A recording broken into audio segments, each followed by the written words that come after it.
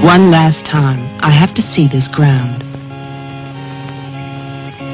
It's beautiful now, as if nothing had happened here. Soon they will tear down the main house, and then nothing will be left. Nothing. Except what I remember. I grew up in the town nearby, where my father was the mayor, and where this house stood, waiting for me. It was built by Wilfred Butler. We had never seen him, and he never lived at home. Until the day before Christmas in 1950, he finally did come back. For the last time.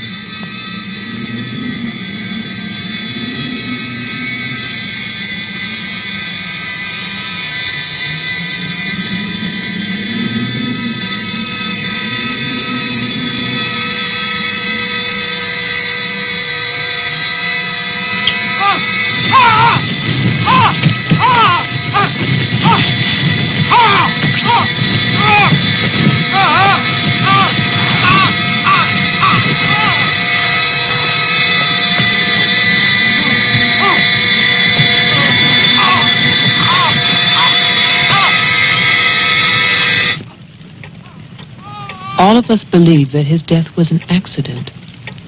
No one knew that another person had come to Butler House that Christmas.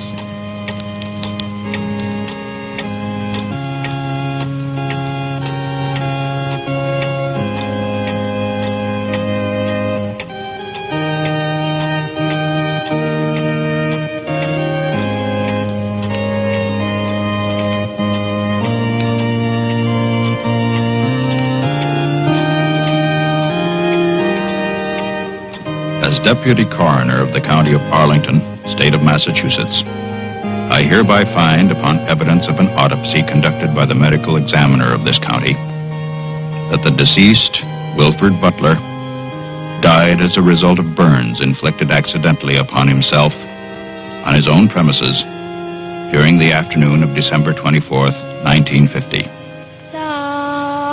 No further inquiry shall be held over the body of the deceased, and this inquest is officially closed. All is calm, all is bright, round yon Virgin Mother and Child.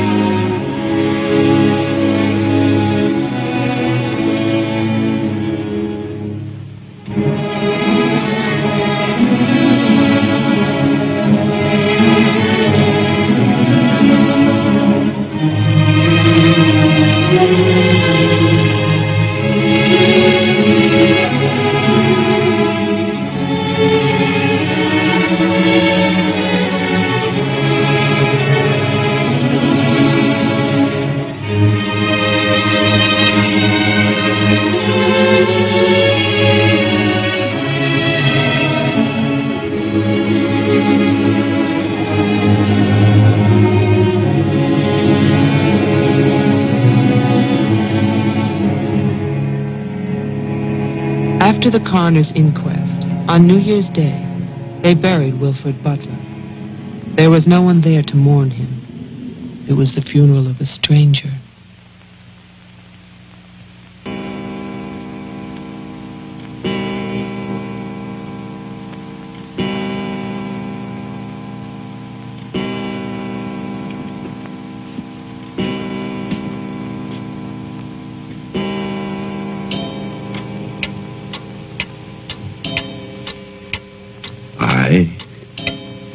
Alfred Butler, being of sound mind and body,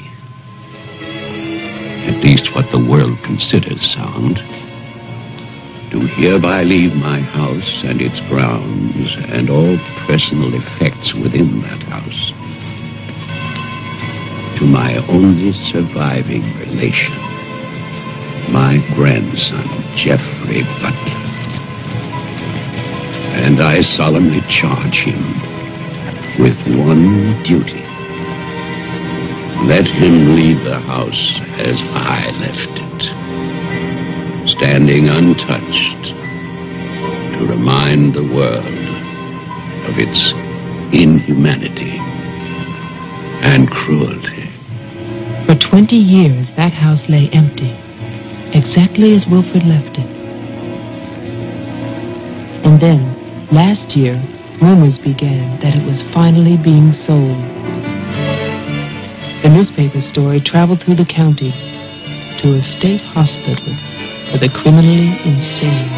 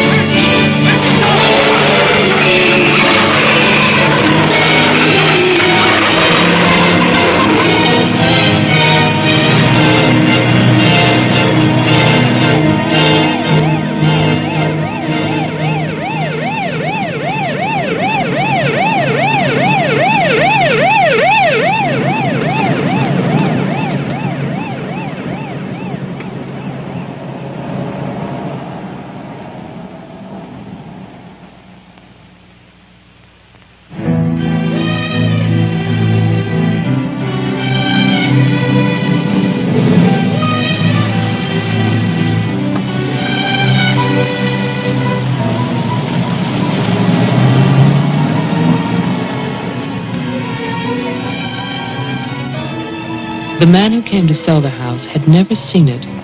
He was a lawyer from the city, just doing a job and enjoying it.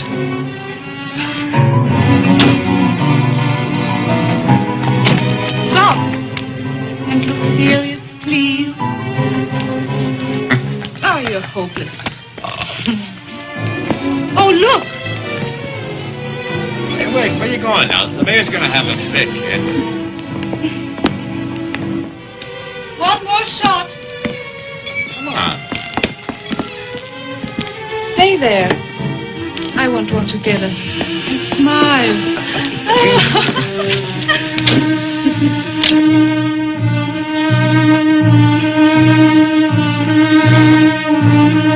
For all the news as it happens, stay tuned to WLIX, your voice of the Northeast. This is Roger Fowler with local stories. First, today's headlines.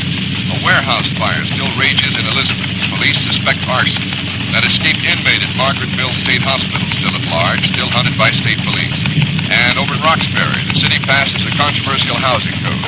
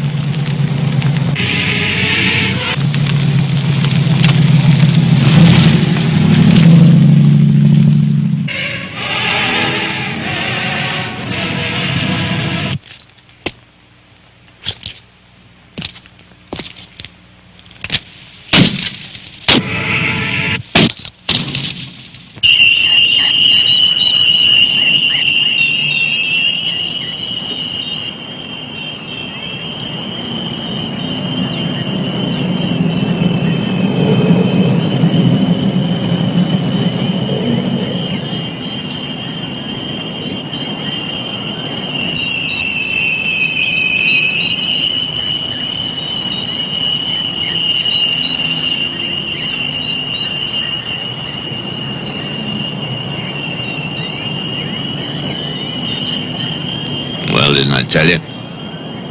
It's beautiful. Can we see the rest of it? Honey, that was it. I think the mayor's waiting for me. My love is such an important man. Right. Laura always says that. Darling, What? Don't be long.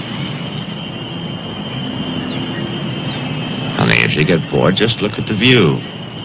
Sooner or later, that viaduct's gonna take us back home.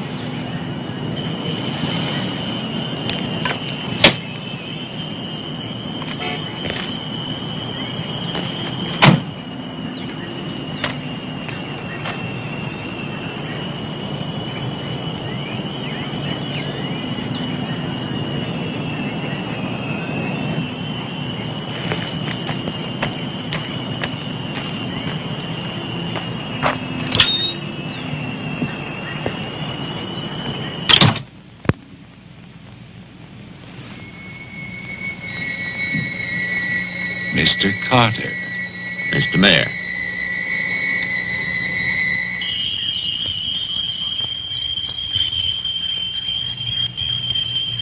Let me introduce you.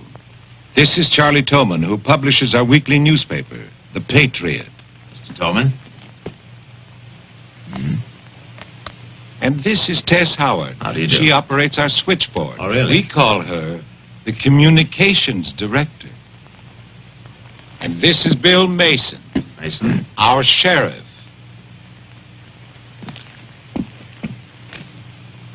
Won't you sit there, Mr. Carter, at the head of the table? Thank you. I didn't expect to meet you all together. It's quite a reception.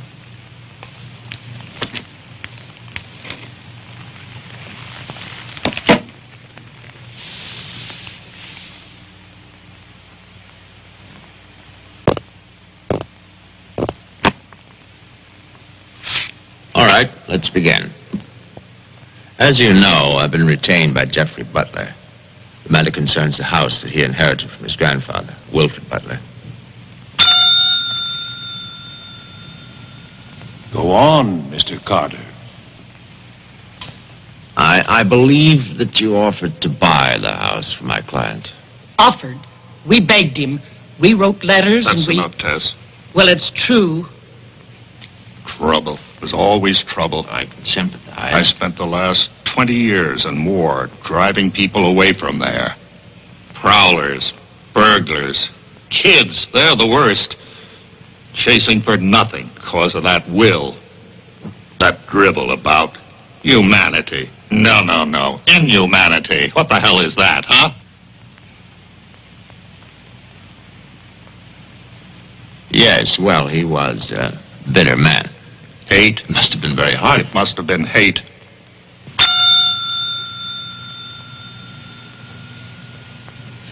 That man hated. Well, some people are like that.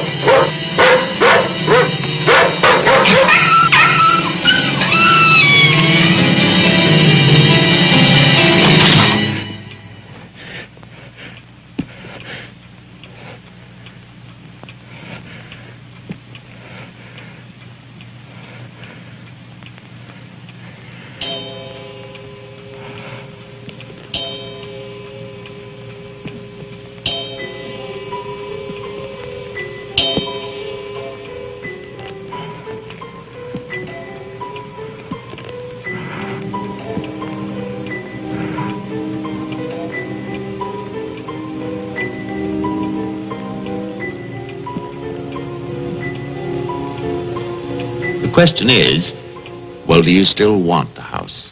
Are you offering it to us, Mr. Carter? Exactly. Why now? Well, that's Mr. Butler's business, isn't it? You know we're not rich. Most of us came here during the Depression. But we love this town. It's our home. And naturally you want to improve it. Exactly. My client understands that, and he fully sympathizes, and he's willing to sacrifice the house for $50,000 in cash by noon tomorrow.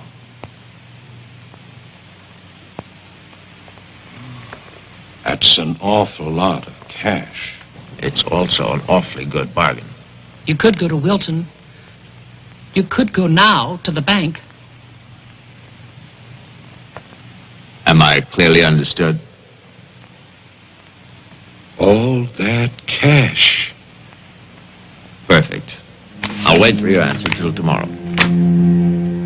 You're spending the night here? Yes. May I ask where? At the Butler House. We could put you up at the motel as our guest. No, the house is fine. The Paradise Motel. That's very kind of you, but I'm meeting Mr. Butler about some personal items. You want a phone. I can reconnect the line. Don't trouble, please. No trouble. You need a phone. Don't want to be stuck out there. Mm-hmm. Well, you've convinced me. Thank you. By the way, have you known Mr. Butler a long time? No, I've never met him. He called me and asked me if I'd handle this for him. I said yes. He had the key delivered to my office. Mr. Mayor, Sheriff, Mr. Tolman, Miss Howard, see you all tomorrow. In fact, I'm looking forward to it.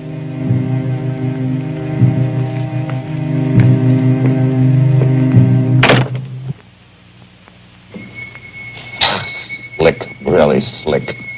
He's a big lawyer, Bill. You've got to expect that. Don't tell me about lawyers. Oh, you see the way he looked at us? You see his clothes? He's doing his job. Just don't tell me about lawyers. You know what I'd like to see? Two of them like that one talking to each other. Neither one of them would know what to believe. I love you, too. Honey, when I get home, I'm going to have a nice surprise for you. Oh, no, I can't tell you what it is now. It wouldn't be a surprise, now would it? No, I can't come home now, but it'll be very soon. Very soon. Honey, of course I miss you. Yes, I miss Mommy, too. Laura, how are you, kid?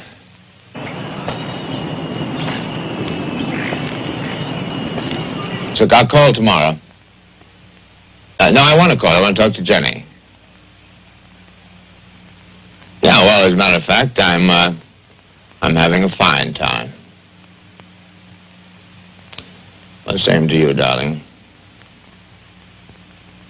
What do you mean, hostile?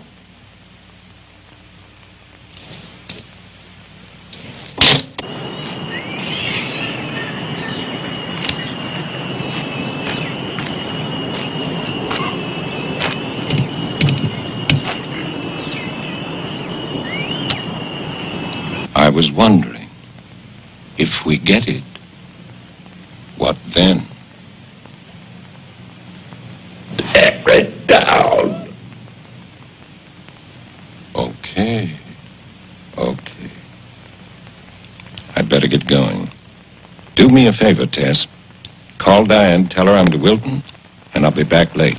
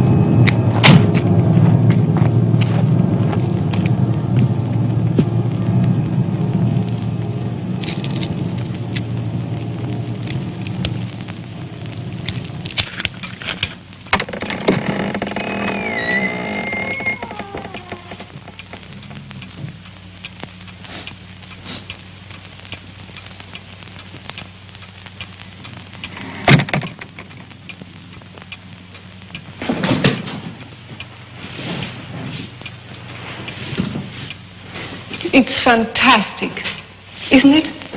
Yeah. Butler wasn't kidding. Nobody's lived here for years. That would be such a waste. It's his grandfather's monument.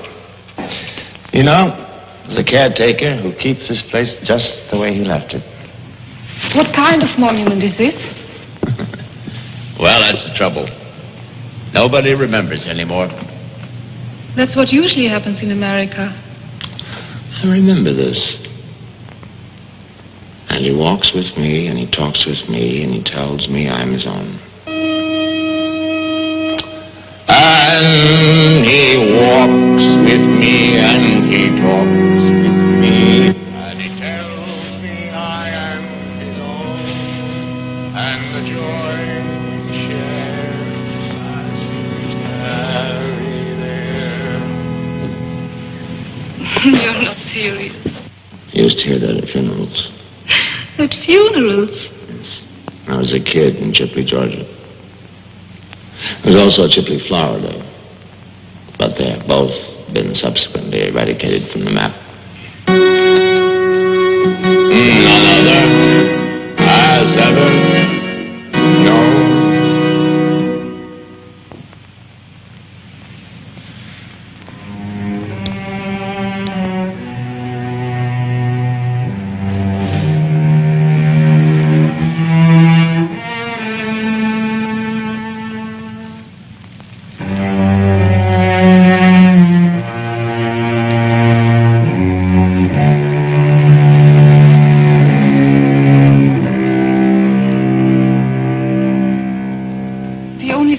Was a delicatessen, so I brought you pastrami, salami, potato salad, macaroni, everything you like. I'll have bologna and macaroni. No, some of that potato salad. Did you pick the wine, too? The delicatessen man took a personal interest in its selection. Oh, well, we got lucky again. That's early 1970. That's hard to come by. Can I have some, too? Of course you may.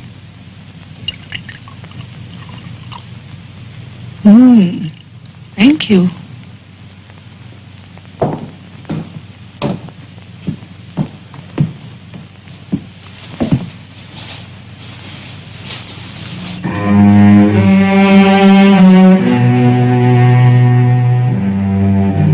It must have been wonderful.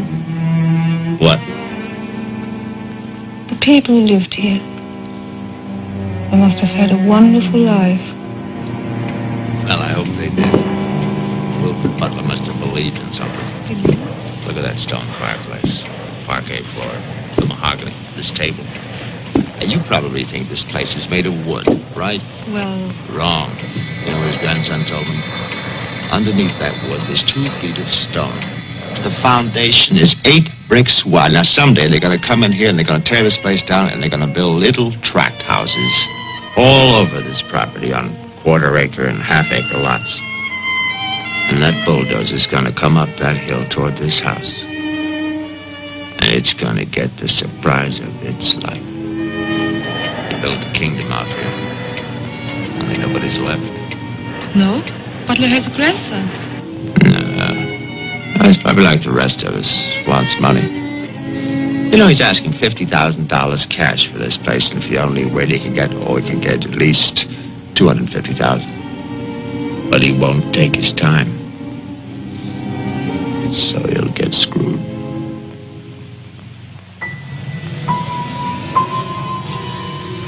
Do you want to go upstairs now? Soon. You know, one of the great pleasures in life is the pleasure of anticipating pleasure. Isn't it? We are very close now, aren't we? Sure, honey. Very close.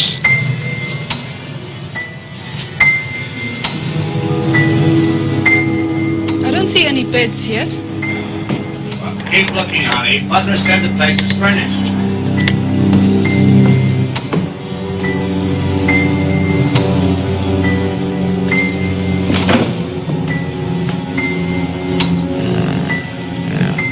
It's furnished.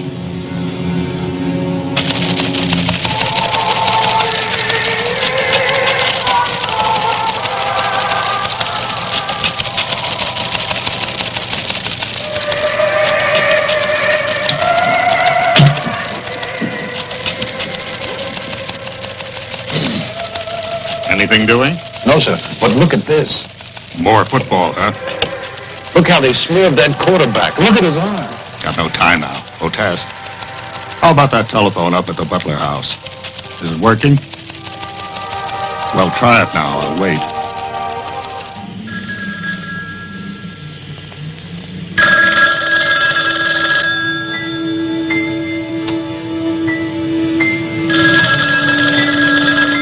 Hello?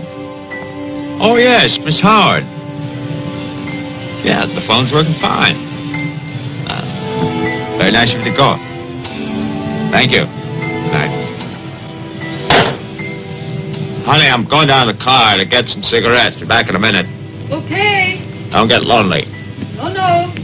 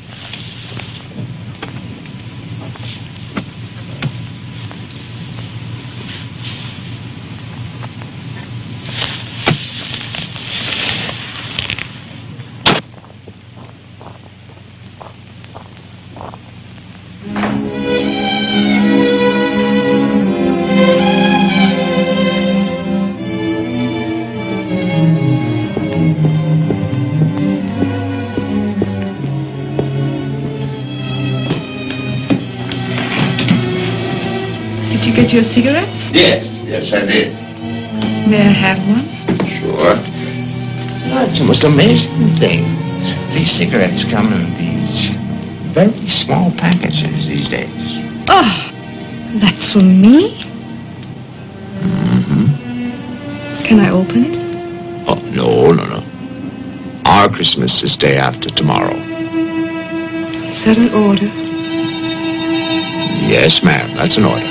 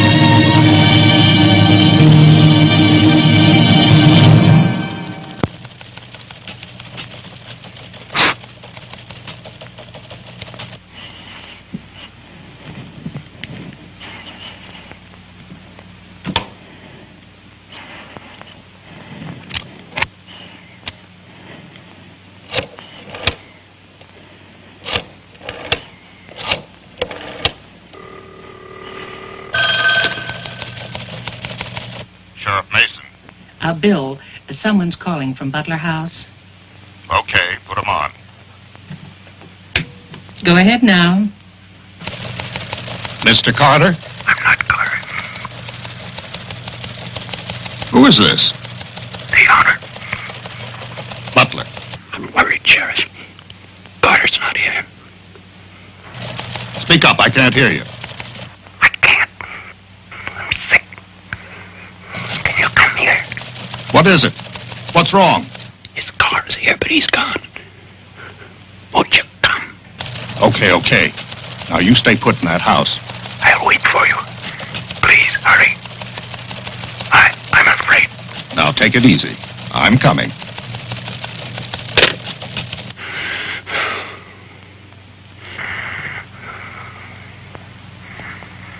Mr. Butler, are you done? Tess, I have come back. What's that? Tess, I want to see you again. Hello? Who is this? You know me, Tess. It's Mary Ann. Tell the mayor. Tell them all. I'm waiting in my father's house. Tess, it's so lonesome here. Don't be long. Hello? Hello? Hello?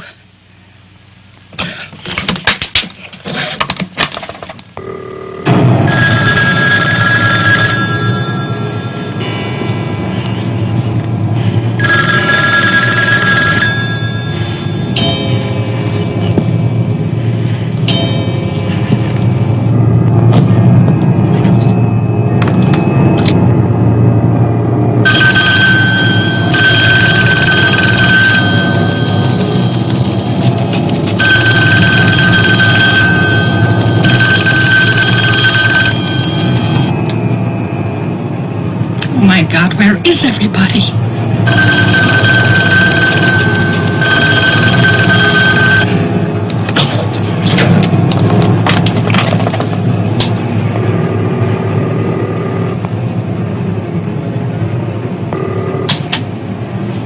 Hello? Oh, Maggie, thank goodness. What is it, Tess? Something's come up. Something urgent. Can you start early? Oh, honey, I'm watching TV. Maggie Daly, you get yourself over here. What is it? Just get moving, Maggie. Just please hurry.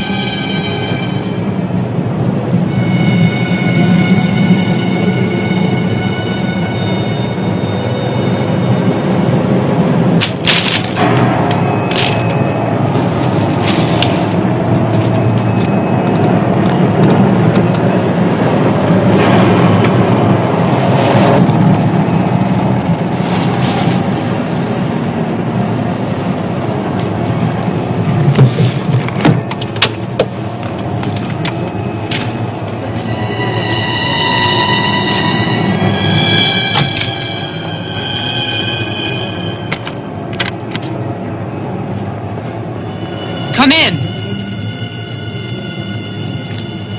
It's open. Okay, mister, that's far enough.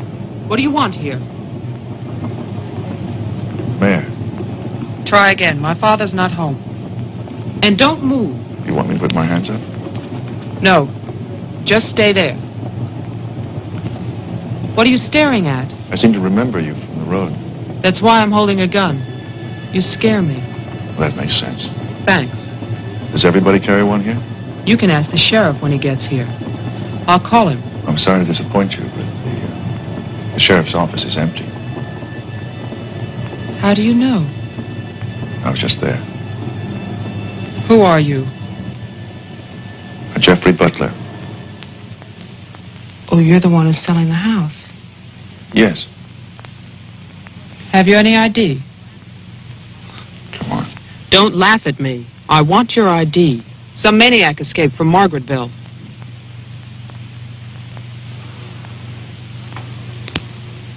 Okay.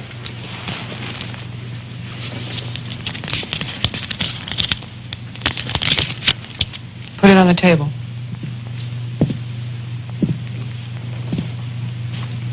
Now go back.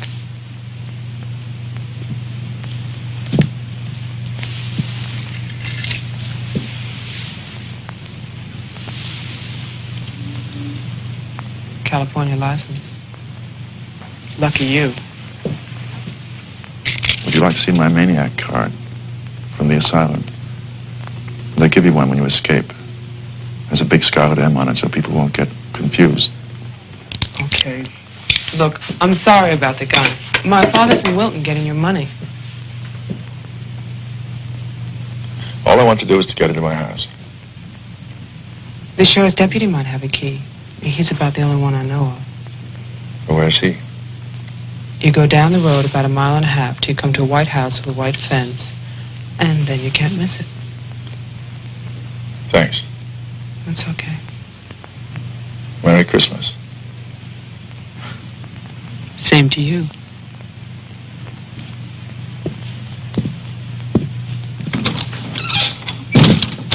If I don't call back in an hour... What? Call the mayor or Mr. Tone and nobody else. Promise me you'll do that. Well, sure. Mark it down, honey, so you'll have it. Sheriff to 301. I'm heading west on Route 5 to Butler House. You'll hear from me.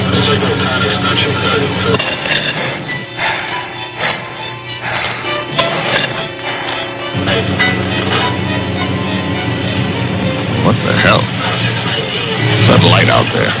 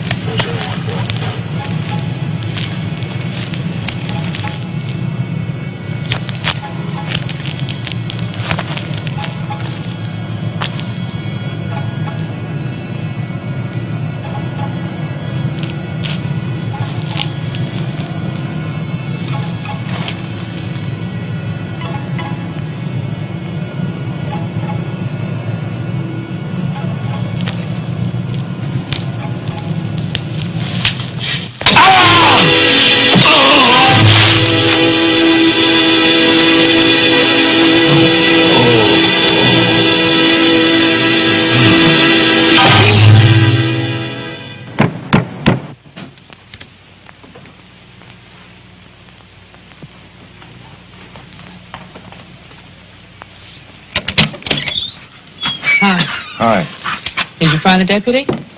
No, I wasn't there. Oh. I was thinking, isn't your lawyer supposed to be at the house? The door was locked. His car was there, so I borrowed it. You mean you stole a car? Yeah. Keeping it warm. What if he needs it? Let him find me. Who's coming to dinner? Oh, Daddy. We always have dinner every Thursday. Do you want something? No, I ate Paradise Motel. Yeah, I know. It's awful. What about a drink? Yeah. It's cheap bourbon, but that's a big favorite around here. Do you want ice? No, straight. You look tired. I am tired. Well, here's to a fast dollar. Cheers.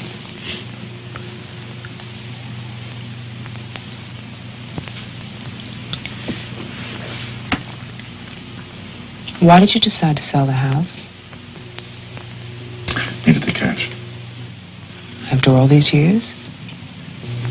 I need it now. Huh. What's it like on the inside?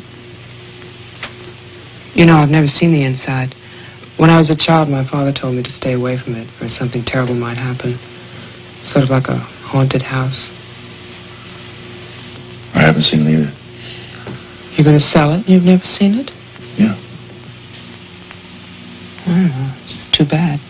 It's about the only place to see around here. Oh, I forgot. Someone keeps calling with a message for my father. She says that she's waiting at your house. In the reception room. What woman is waiting in my house in the reception room? Oh, I don't know. It's not a voice that I know. I better go out then. Can I come too? What for? I'm pushy. I suppose you'll be going back to California soon. California? You said you lived there, remember? No, I'll be traveling. Jeff, look. It's the sheriff's car.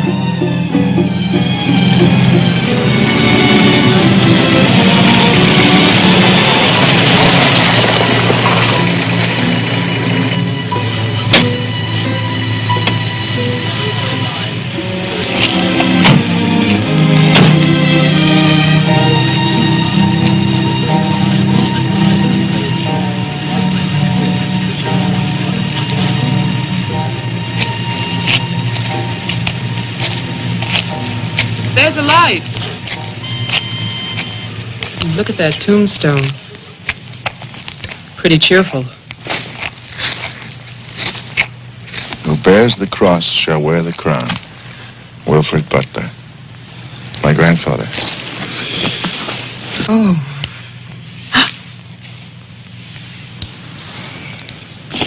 Someone left their sunglasses in the snow. They're the sheriff's. My lawyer's missing. So is the sheriff. You get strange phone calls. And now someone's fascinated by my grandfather's grave. Let's get out of here. You still want to go to my house? Yes. But I don't want to go alone. Listen. I'm not nervous. Well, of course you're not. Oh, it's the cold. I'm shaking from it. Let's get out of here. Okay. We'll get help in town. It's 10 minutes drive.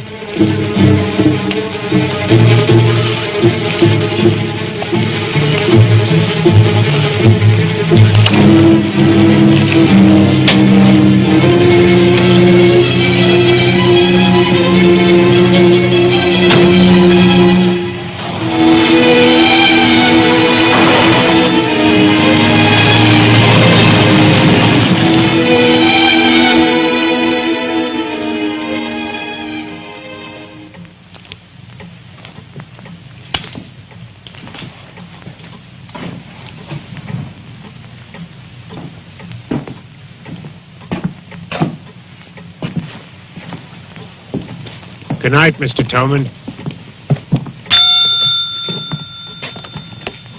Have a nice holiday.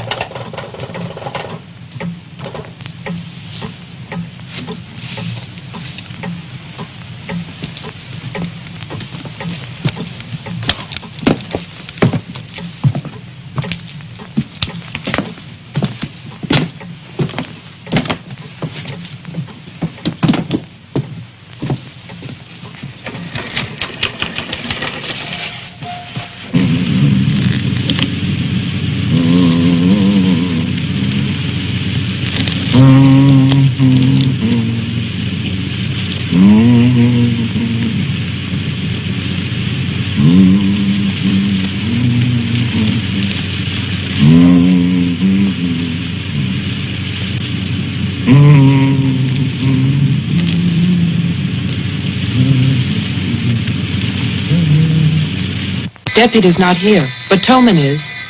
Who's Toman? Come on, you'll see.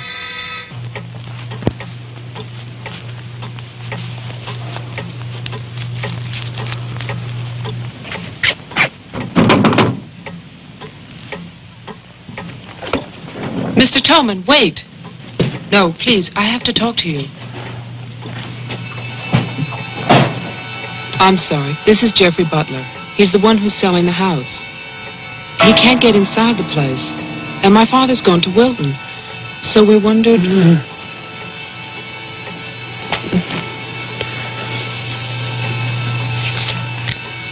Anything wrong? He'll tell us. Tess has gone to his house. Why would she go there? I don't know. Anyway, she won't get in. You say it's locked. He says she hates the place. Would you like to drive there? Diana could stay here and lock herself in. I need a key.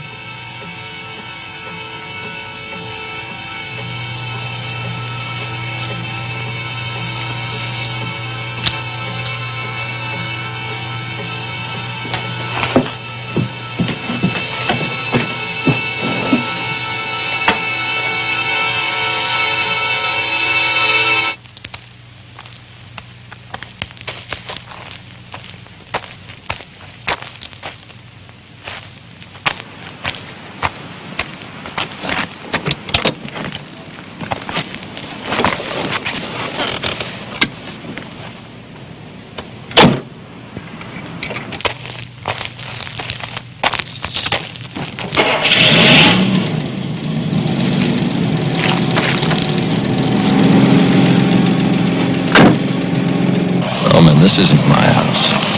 It's Tess's.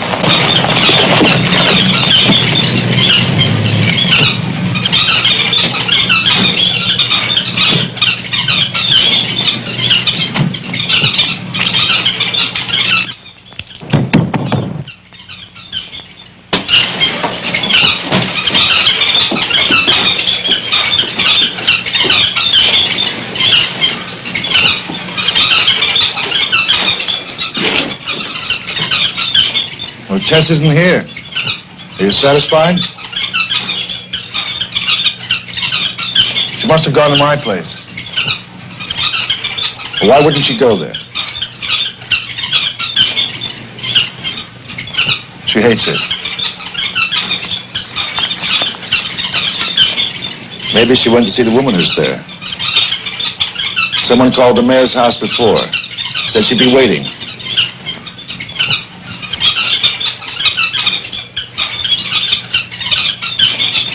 What is it?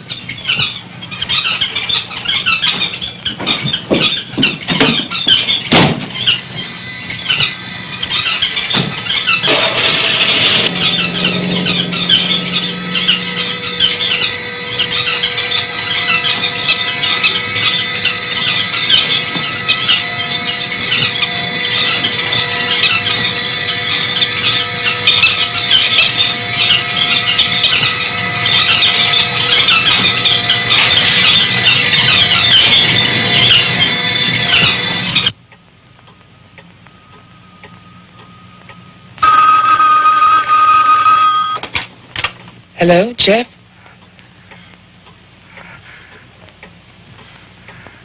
Hello? Is anybody there? Who is this?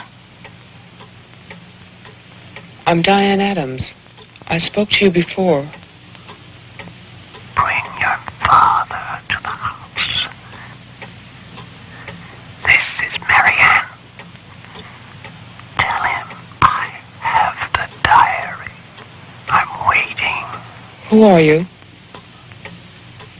He'll know. Christmas Eve, 1935. Hello? Hello?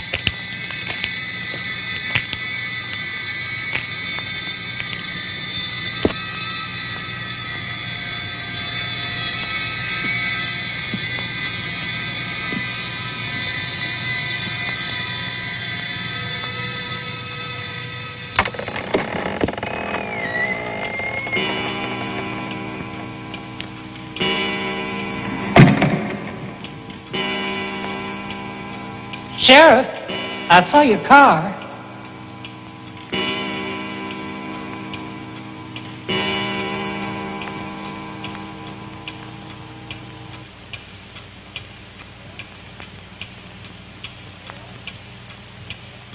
Bill? Is that you?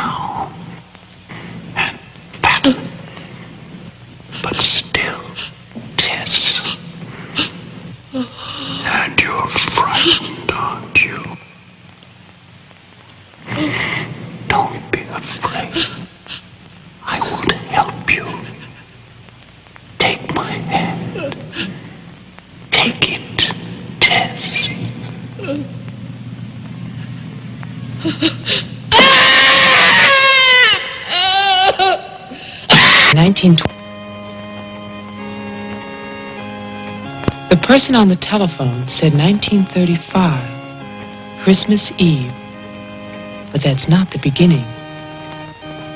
In 1927, Butler House was restored by Wilfred Butler. After that, I find social notes, parties, nothing special. Then, in 1930, Butler's wife, Catherine, dies of tuberculosis. In August 1933, it starts. Wilfred Butler's daughter is cruelly attacked and raped. Her name is Mary Ann, the same name as the caller who left those messages tonight. She's 15 then. On May 2nd, 1934, Mary Ann Butler gives birth to a son, Jeffrey Butler. Jeff. Early in 1935, Butler House is turned over to a Dr. Robinson as an asylum for mental patients. And then Butler goes on to say that he has committed his own daughter. Mary Ann will live at the asylum. There's no end to this story. It's been carefully cut out of all the papers. Why would Toman do that?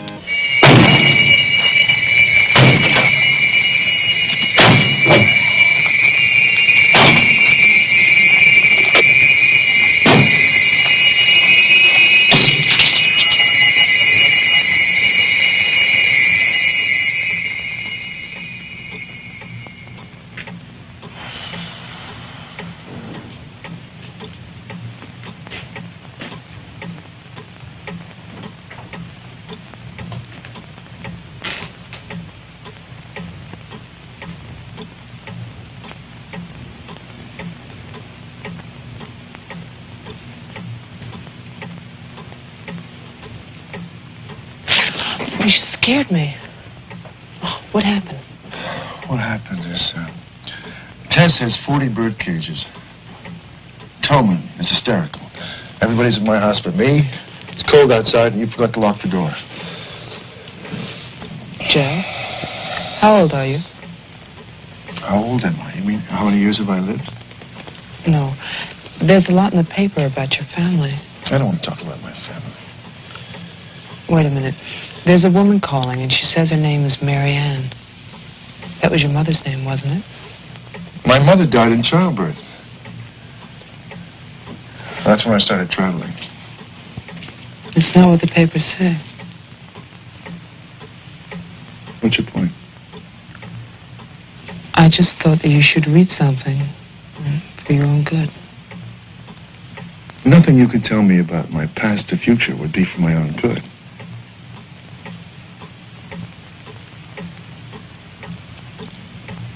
Where is the paper? It's on the table.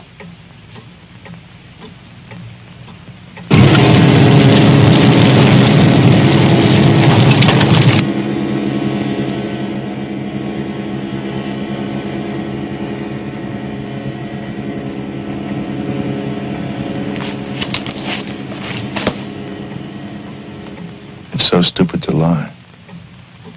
I missed the whole event. Jeff, maybe your mother's still alive. Maybe she's waiting for you at the house. I don't know.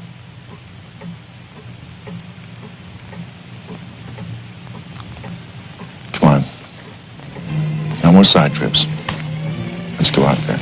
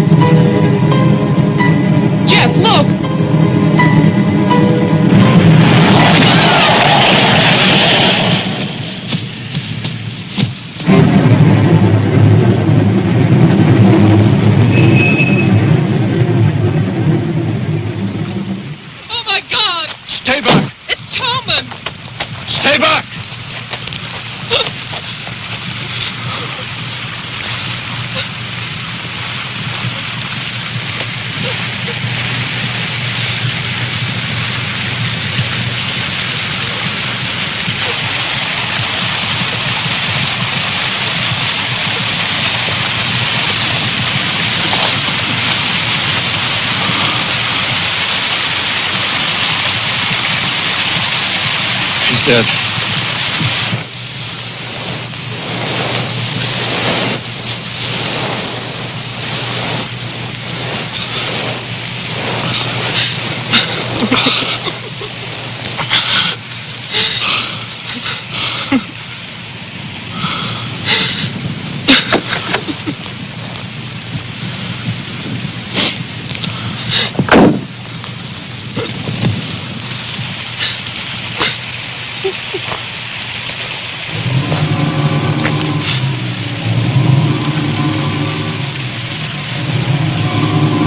Hands.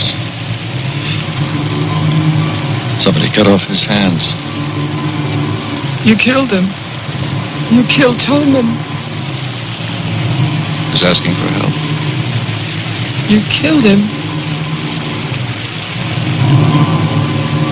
Get in the car.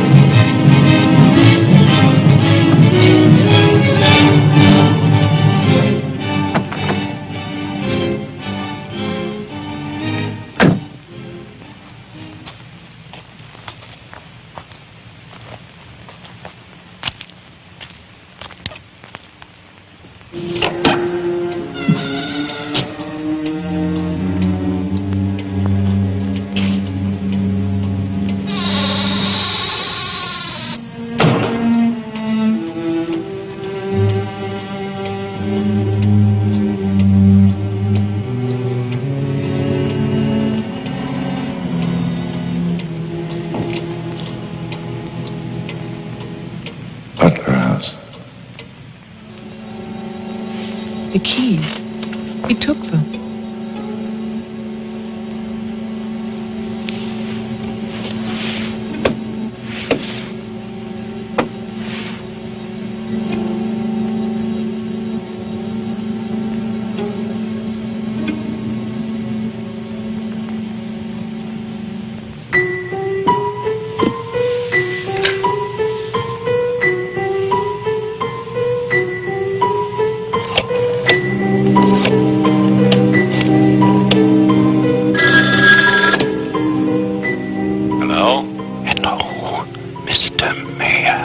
Yes, what? This is Marianne Butler. I'm calling from my house. Won't you come over here, Mr. Mayor? We're having a reunion. Everyone's here, even your daughter.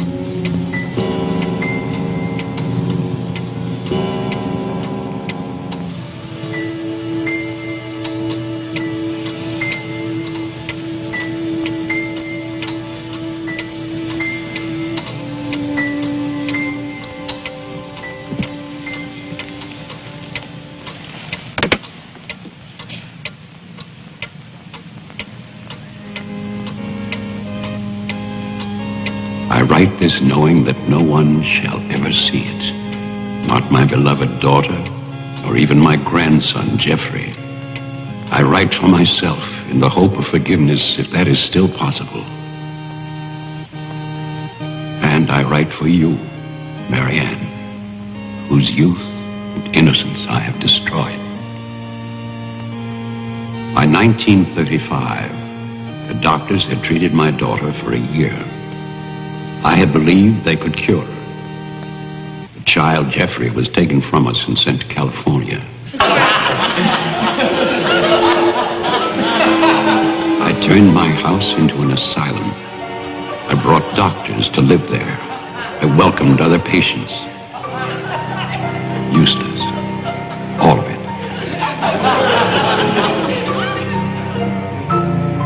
I remembered what she had been. There was never a lovelier, happier child.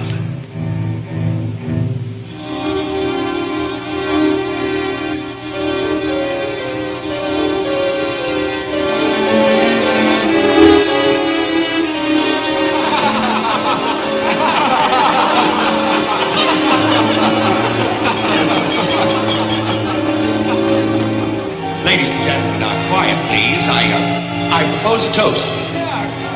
Doctor, please. By Christmas of the first year, I knew that I must act, not for myself, but for my helpless child. Led him to create this institution. Our friend... I had no plan. All I knew was that I must take her from these men with their promises, their lies. shall we? Huh?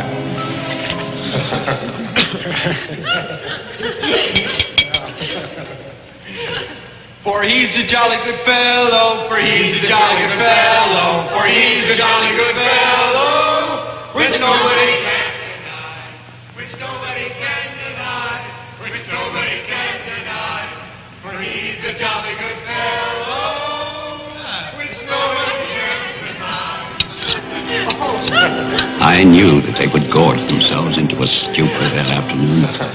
It was their celebration. I expected no less. Since they had come into my house, they had acted as if they owned it. They had behaved like poor relations, half guilty, but finally unable to control their appetites.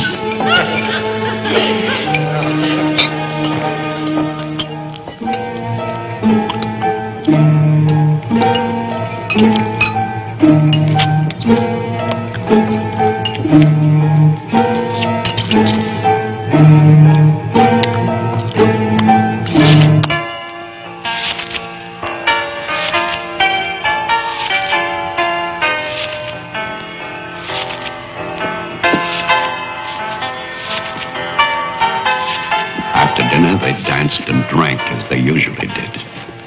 All the time, Robinson would smile and reassure me. They expected me to believe, because I had no choice. Wilfred, trust me. He really believed Marianne would be well. He saw a light. There is a light at the end of a long tunnel. There is a light at the end of a long tunnel.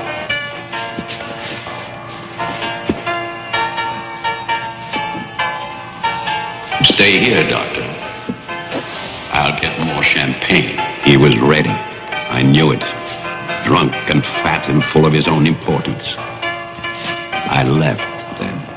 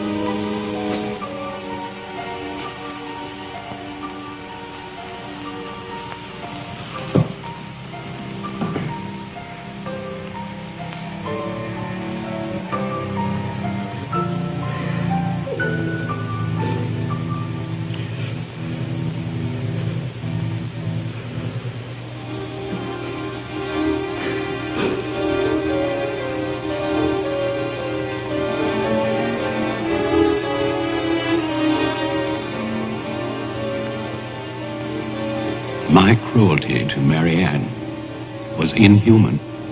I know that. I had loved her. I had fathered our child, Jeffrey. I had brought her to this. But I swear that on that afternoon, all I wanted was to save my child.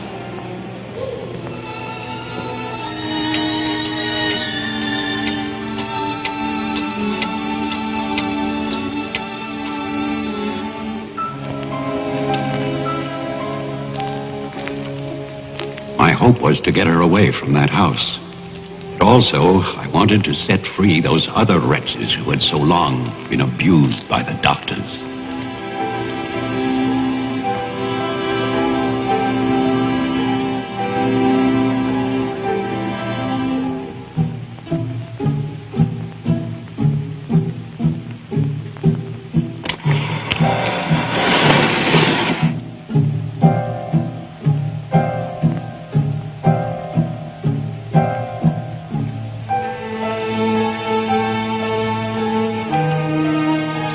I knew what they might do if these inmates were freed.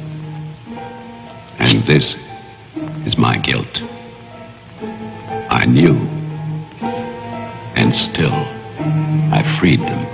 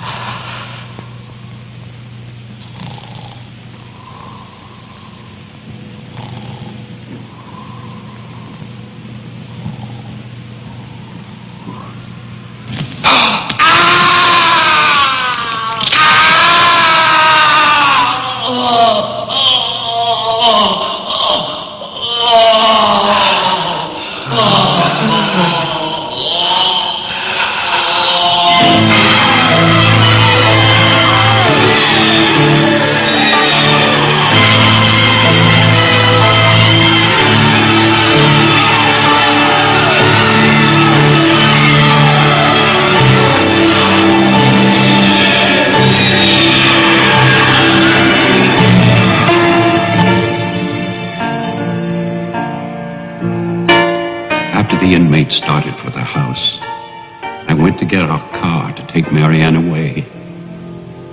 I do not know exactly when she slipped away from me. I assume that when they saw her in the dining room, the inmates believed her to be part of that household which they hated. And so, they killed her. Later, there was a celebration. And then most of the inmates fled. I don't know where. But I shall never forget what they did to my child. Since that Christmas, I have lived in prisons and asylums. Lived anonymously as an animal. I have wandered in bitterness until all seasons have become as one. And that is a season of vengeance.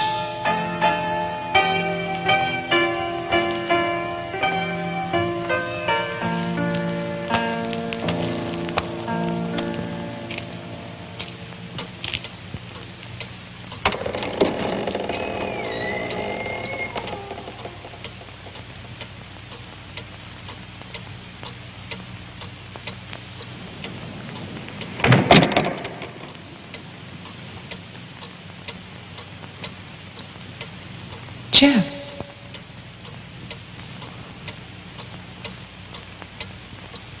Jeff. Wilfred Butler is still alive. This is still his house. Your grandfather died in 1950. He was burned to death in this house. My grandfather poured gasoline over a squatter he found here. The town wanted to believe he was dead. They still do.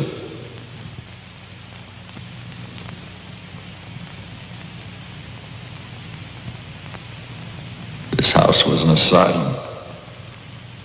There was a massacre by the inmates. Tess, Tolman, the sheriff. Your father. No. All inmates. They killed my mother in this room.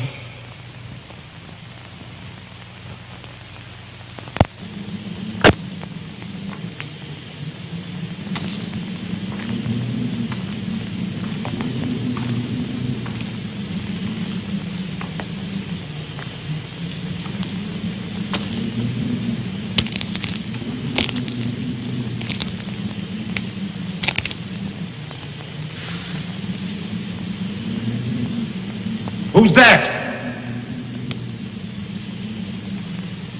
Who's there?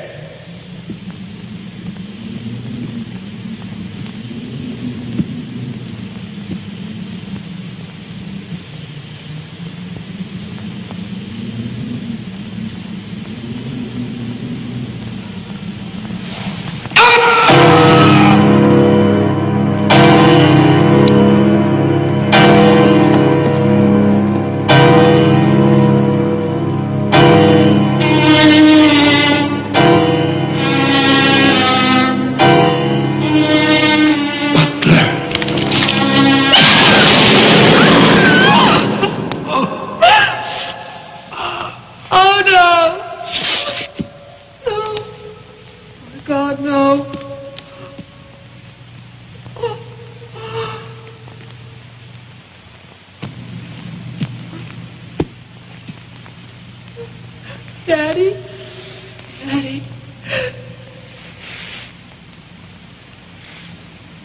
Diane? Jeff? Jeff? No. No. Jeff, why? Why? Sorry. Marianne.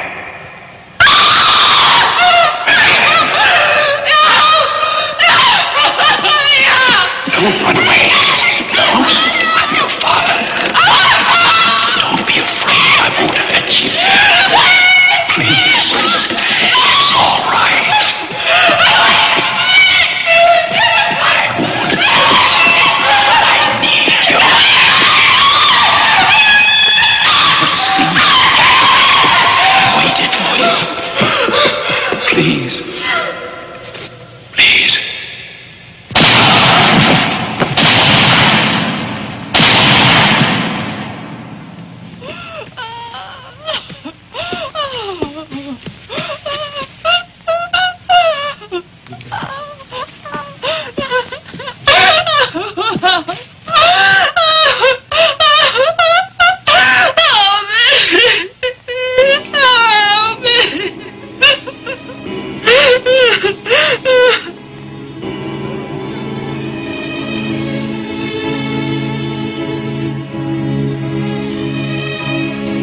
I spent that night weeping.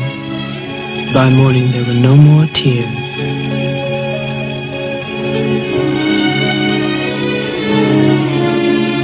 I know that my father and Jeffrey both thought they were shooting at killers, but they were simply the last victims in that house of victims.